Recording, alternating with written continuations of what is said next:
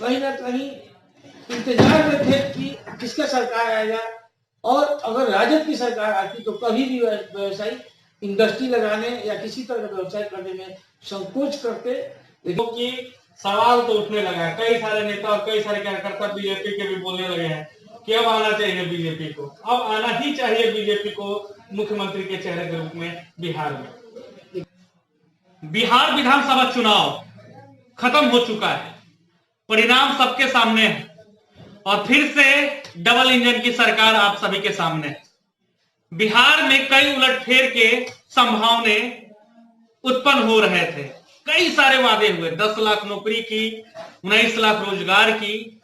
बाजी आखिर नरेंद्र मोदी की सभा के बाद और नीतीश कुमार के वादे के बाद और आखिरी चुनाव कहने के बाद एनडीए ने मार ली। अभी हम आरा भोजपुर बिहार में हैं। नमस्कार, आप देख रहे हैं शाहबाद का डिजिटल नंबर 1 चैनल आशा एक भारत, और बात करेंगे कि किस तरीके से ये जीत महत्वपूर्ण है, खासकर उन बिहारियों के लिए, उन युवाओं के लिए और रोजगार के लिए क्या अलग होने जा रहा है।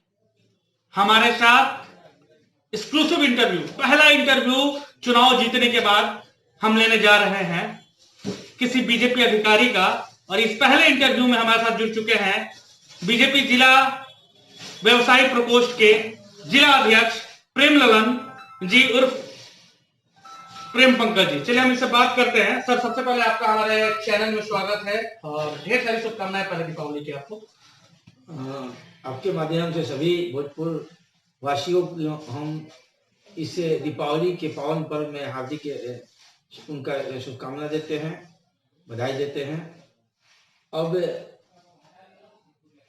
दीपावली मन जाएगी ना बढ़िया से, मन रही है और लगातार उम्मीद से ज्यादा एग्जिट पोल की बात करें तो एग्जिट पोल जिस हिसाब से आया था उसके बाद तो सब लोग, लेकिन मुझे विश्वास था, पूरा विश्वास था कि एग्जिट पोल के जो नतीजे हैं वो सही नहीं थे। पूर्व में भी एग्जिट पोल ने बीजेपी की बहुत बताई थी लेकिन हो नहीं पाया था। 2015 की बात कर रहे हैं, 2015 की बात करते हो तो 55 पर अटक गए। हाँ, तो मुझे विश्वास था कि एग्जिट पोल कहीं ना कहीं सही नहीं है और सरकार को हम ही बनाएंगे, एनडीए ही बनाएंगे, कि मुझे पूरा विश्वास था। नरेंद्र मोदी ने एक बात कहा है कि साइलेंट वोटर ने बहुत काम किया है बीजेपी के लिए। बिल्कुल, कितना साइलेंट वोटर काम कर पाए, लगता है संतुष्ट हैं? बिल्कुल। आप तो निकाल लिए सीट 70 से ऊपर, लेकिन जदयू का तो हाल बेहाल हो गया।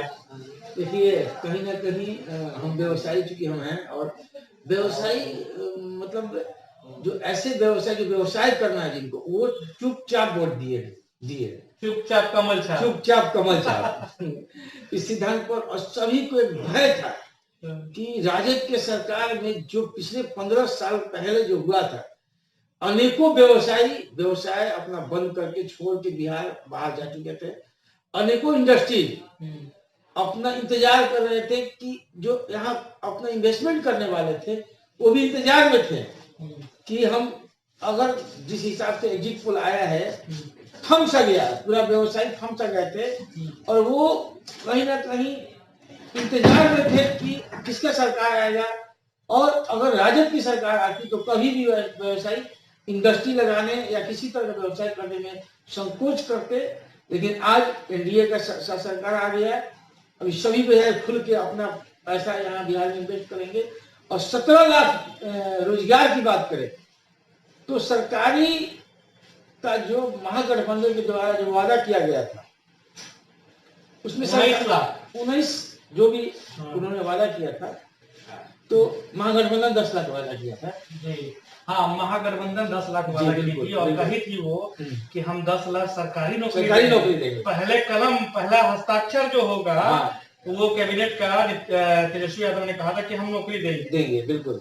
लेकिन जो अभी हाल के दिनों में जो स्थिति बना हुआ है बिहार का, और जो सरकारी नौकरी वाले हैं उनसे आप पूछेंगे तो पता चलेगा कि सरकारी नौकरी वाले को तो पूरा पेमेंट भी तरीके से नहीं पाया है। उनका भी पेमेंट का अभी जो हिसाब से बजट है अपना, उस बजट को निपटाते परेशान है। तो कमी गिनवा रहे हैं कि आप बड़ाई कर रहे हैं अपने सरकार का। नहीं देखिए, क्योंकि क्या है कि राजस्व जो पैसा है उसी से वहाँ खर्च होना है, और 10 लाख अगर नौकरी और दे देंगे तो उसका कहाँ से फंड इकट्ठा होगा, और वादा करके देते कि नहीं देते ये संकोच वाली बात थी। क्योंकि मैं अगर अपनी सरकार को कमी बताता हूँ, लेकिन ये भी बात कहूंगा कि 10 लाख जो नौकरी सरकारी देंगे तो उनका, और हम लोगों ने एनडीए की तरफ से ये कहा गया था कि हम लोग वहाँ रोजगार मुहैया कराएंगे, न कि सरकारी नौकरी देंगे। रोजगार की बात करें तो जब तक व्यवसायी नहीं रहेंगे, इंडस्ट्री नहीं रहेगा, रोजगार नहीं मिलेगा। और एनडीए शासन काल में अनेकों व्यवसायी जो कि राजद के शासन काल में भाग चुके थे वो वापस आए और एक अच्छे इंडस्ट्री यहाँ लगाना शुरू किए हैं, और लगातार इंडस्ट्री बढ़ रहा है, लोगों को रोजगार मिल रहा है। ये सभी को पता है, इसमें कहीं किसी का संकोच नहीं है कि इस तरह का रोजगार हम लोग को बिहार में नहीं बढ़ रहा है, लगातार बढ़ रहा है। सवाल है तेजस्वी यादव का सवाल है, आपने कहा कि रोजगार की इंडस्ट्री की, उन्होंने कहा कि कई कारखाने बंद हो गए, उनका एजेंडा ही था, जो चुनावी एजेंडा था कि कारखाने जो बंद हुए हैं वो कारखाने हम खुलवाएंगे। दूसरा उनका ये कहना था कि सरकार जो है, नीतीश कुमार कहते हैं कि हमारा जो पानी जो है तटबंध नहीं है, समुद्र नहीं है, तो कैसा हम इंडस्ट्री लाएंगे। और नरेंद्र मोदी का और आप लोगों का विजन अलग है, नीतीश कुमार का अलग विजन है। क्या चाहते हैं, नीतीश कुमार मुख्यमंत्री बने रहना देना चाहते हैं आप लोग, या सीट ज्यादा आगे आया है तो फिर अब कुछ ना कुछ होने जा रहा है। देखिए, हम लोगों का पूर्व से यही था कि हमारे मुख्यमंत्री नीतीश कुमार होंगे, अभी भी, हाँ कभी भी, अभी भी और कभी भी। अच्छा, जब हमारे माननीय प्रधानमंत्री जी ने कहा था, नरेंद्र मोदी जी ने कहा था कि हमारे मुख्यमंत्री नीतीश जी रहेंगे, तो हम लोग कभी इसमें कोई संकोच नहीं है। जितना भी सीट है उनका जनता भगवान है, और उनका दिया हुआ जो भी है उनमें हम लोगों ने उन्हीं के चेहरा पर आज चुनाव लड़े हैं। ठीक है, भाजपा के ज्यादा सीट आई है, लेकिन चेहरा उन्हीं का था मुख्यमंत्री का, उसके बल पर जनता ने वोट दिया है। हमने पहले ही कमिटमेंट कर चुका था कि जो भी सीट आएगा मुख्यमंत्री हमारे नीतीश कुमार जी होंगे, और जनता समझती है। और चूंकि व्यवसायी वर्ग जो है पूरा डरा सहमा था, इसलिए उसने चुपके से वोटिंग किया। अच्छा। और एनडीए का सरकार बनना तय हो गया। मोदी फैक्टर रहा कि नहीं, नरेंद्र मोदी फैक्टर रहा कि नहीं। बीजेपी तो कह रही है कि सब नरेंद्र मोदी ही ने कर दिया है, 11 चुनावी सभा जो किया उन्होंने करवट ही पलट दिया। देखिए, आज श्री हम लोग के प्रधानमंत्री श्री नरेंद्र मोदी जी का एक बिल्कुल मतलब पूरा, अगर सारा ऑल इंडिया से नहीं पूरा वर्ल्ड की बात करें तो उनका एक अलग स्थान है। उनकी बातों को सब लोग सुनते हैं, समझते हैं। पार्टी कोई भी है मानता उनको जरूर है। ऐसे प्रधानमंत्री हम लोग के नेता हैं कि लोग किसी पार्टी के लोग हैं लेकिन उनको इग्नोर करके नहीं चलते हैं, उनको नेता मानते हैं, उनको अपना प्रिय नेता मानते हैं। इसके चलते बिल्कुल नरेंद्र मोदी जी का जो चुनाव प्रचार था उसमें लोगों ने उनका सुना, उनकी बातों को विश्वास किया और उनके भरोसा किया। सबका साथ, सबका विकास और सबके विश्वास के साथ हम लोग भाजपा के सभी लोग काम करते हैं, और मोदी जी का हमेशा सिद्धांत भी यही है, और उसके बल पर हम लोग को निश्चित वोट मिला और वोट को बढ़ती है।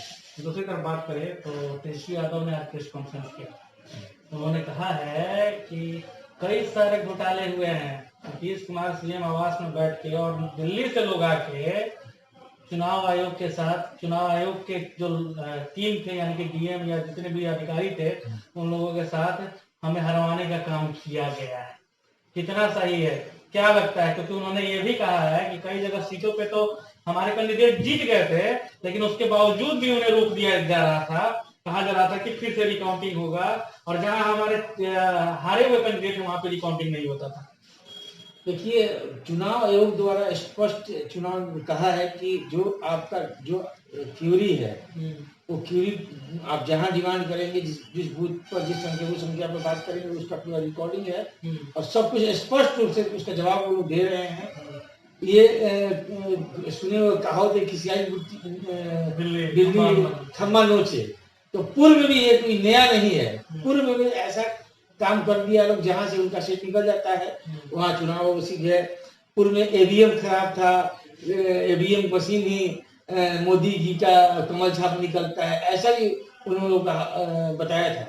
और उसके बाद आप देखे होंगे पिछले चुनाव में तो उनका सीट ज्यादा बढ़ गया था, तो उस समय ईवीएम ठीक हो गया था। तो मतलब उनका अगर जीत होता है तो ईवीएम ठीक है, और वही ईवीएम में उनकी हार होती है तो ईवीएम बात खराब है, चुनाव आयोग खराब है। तो हम लोग चुनाव आयोग पर कभी उंगली पहले भी नहीं उठाया आज तक, और ना अभी उठा रहे हैं। जदयू के साथ गठबंधन में चुनाव हुआ था, उसमें भारी संख्या में उनकी जीत हुई थी। उस समय कभी भाजपा के लोगों ने ऐसा नहीं उठाया था उम्मीद की कि हम लोग का चुनाव आयोग ही पक्षपात किया है या ईवीएम गलत ईवीएम है। तो ऐसा वो लोग लगातार करते हैं, ये भी नई बात नहीं है। उनका यह मानता है कि कुछ कुछ बोल के लोगों को भ्रमित करने का काम करते हैं। चिराग पासवान कहाँ जाएंगे? आपके पास आएंगे? बुलाइएगा। बिहार में, दिल्ली में तो बुला लिया, दिल्ली में है, बिहार में क्या होगा उनका? देखिए, शीर्ष नेता हम लोग बैठे हैं डिसाइड करने के लिए, और चिराग पासवान जी का आपको तो फायदा किया है, लेकिन नीतीश कुमार का ऐसा हाल किया है कि कहाँ उनका सीट था और कहाँ सीट आ गया। फर्स्ट लार्जेस्ट पार्टी आप हो गए इंडिया में। अब बताइए, सबसे बड़ा पार्टी, बड़े भाई का रोल अब बीजेपी निभाएगी। नीतीश कुमार का चेहरा जरूर रहेगा, लेकिन बड़ा भाई तो आप लोग कहलाएंगे। देखिए, कभी भी हम लोगों ने चिराग पासवान पे ऐसा कुछ कमिटमेंट नहीं किया था कि आप नुकसान करें जदयू को, या हमको मेरे मतलब जहाँ से भाजपा की सीट है वहाँ से आप न खड़ा हो या खड़ा हो, ऐसा कुछ बात नहीं था। चिराग पासवान शुरू से, चूंकि केंद्र में उनका गठबंधन रहा है, तो शुरू से उन्होंने अपने मन से ये इस तरह का, और नीतीश जी के साथ सबसे ऐसा नहीं है कि सबसे बनेगा ही। अब नीतीश जी से क्या परेशानी था उनको, ये वही बता पाएंगे, मैं कुछ इस पर नहीं बोलना चाहूँगा। और शीर्ष नेता डिसाइड करेंगे कि उनके साथ चिराग पासवान जी के साथ कहाँ रहना है, कहाँ नहीं रहना, वो ऊपर के लोगों के द्वारा वो डिसाइड होगा। तो फाइनली एक सवाल, आखिरी सवाल ये रहेगा कि बिहार में नीतीश ही कुमार होंगे या फिर बीजेपी की कोई नई चेहरा को आप लेके आएंगे? क्योंकि सवाल तो उठने लगा है, कई सारे नेता और कई सारे कार्यकर्ता बीजेपी के भी बोलने लगे हैं कि अब आना चाहिए बीजेपी को, अब आना ही चाहिए बीजेपी को मुख्यमंत्री के चेहरे के रूप में बिहार में। देखिए, मुझे जहाँ तक जानकारी है, जिस जिले की, मैं भोजपुर जिला का ही भाजपा से जुड़ा हूँ, तो शीर्ष नेता तय करेंगे क्या होना चाहिए। लेकिन मुझे अपने प्रधानमंत्री जी की बातों को, आपका विचार क्या लगता है? मुझे भी यही लगता है कि प्रधानमंत्री जी के कहे गया बातों के हिसाब से नीतीश कुमार का जितना भी सीट आएगा, हमारे मुख्यमंत्री वही रहेंगे, इसमें कहीं अब कोई राय नहीं है। और न ही किसी तरह का कोई इस तरह की बात शीर्ष नेताओं के द्वारा अभी तक कही गई है। दीपावली में बढ़िया समझ जाएगी। दुर्दुखी तो बहुत ज्यादा तेज थी। बिल्कुल। सुबह में क्या करे थे, शाम को क्या थे, रात तक फाइट चली। मतलब रात तक आप पटाखा बचा के रखे थे और मिठाई। बिल्कुल बिल्कुल। देखिए, मैं चूंकि व्यवसायी हूँ, और समस्त व्यवसायी, यहाँ के भोजपुर जिला के समस्त व्यवसायी का सपना था कि हम एनडीए सरकार हो, और भोजपुर जिला से हम लोग कुछ जो सीट, मुख्य रूप से यहाँ महानगर का सीट था जो, वो बीजेपी हुआ, इसके लिए सारे उत्साहित। बाकी लेकिन हार गए आप लोग, 5 सीट हार गए, और कई जगह तो लोजपा ने नुकसान कर दिया आपको। बिल्कुल, कुछ नीतीश जी के द्वारा और शीर्ष के नेताओं के द्वारा कहीं कुछ गैप रहा होगा सीटों के बंटवारे में, या सीट, इसी कारण से ये परिणाम हुआ। और हम जनता का हम तहे दिल से उनका स्वागत करते हैं। जनता मालिक है, और उन्होंने जो डिसाइड किया है उसको हम स्वेच्छा से मानते हैं। बहुत बहुत धन्यवाद, अपने समय दिया। ढेर सारी शुभकामनाएं आपको दीपावली की, और जीत की ढेर सारी बधाइयां। आप सभी को आपके चैनल के द्वारा फिर से दोबारा रूप से हम दीपावली और महापर्व, छठ पूजा के महापर्व में सबको बधाई देते हैं, धन्यवाद देते हैं। तो देखिए, ये प्रेम पंकज थे उर्फ ललन जी, जो कि बीजेपी जिला व्यवसायी प्रकोष्ठ के अध्यक्ष हैं। इन्होंने काफी सारी बातें रखी हैं, कई सारी महत्वपूर्ण बातें इन्होंने की, खासकर चुनाव आयोग और तेजस्वी यादव के जो आरोप लगाए हैं उन्होंने चुनाव को लेके, कहा है उन्होंने की धांधली हुई है और हमें हरवाया गया, हम हारे नहीं है, जनादेश जो था हमारा था। ये सवाल जरूर लाजिम था करना, क्योंकि बीजेपी के जब भी हम किसी अधिकारी या पदाधिकारी के पास जाते हैं तो ये सवाल उठाना भी जायज है पक्ष का, जो हमने किया। साथ ही साथ हमने कई सारी बातें रखे रियाक्ट को लेके, और इनका अगला रणनीति क्या होगा, क्या मुख्यमंत्री बीजेपी का होगा या फिर नीतीश कुमार ठीक है फिर से। तो इन्होंने साफ तौर पर कह दिया है कि प्रधानमंत्री मोदी जी और साथ ही साथ शीर्ष नेतृत्व ने जो तय किया है उससे सारे कार्यकर्ता और हम भी खुश हैं, और जो भी है वो सही। खबर यहीं तक।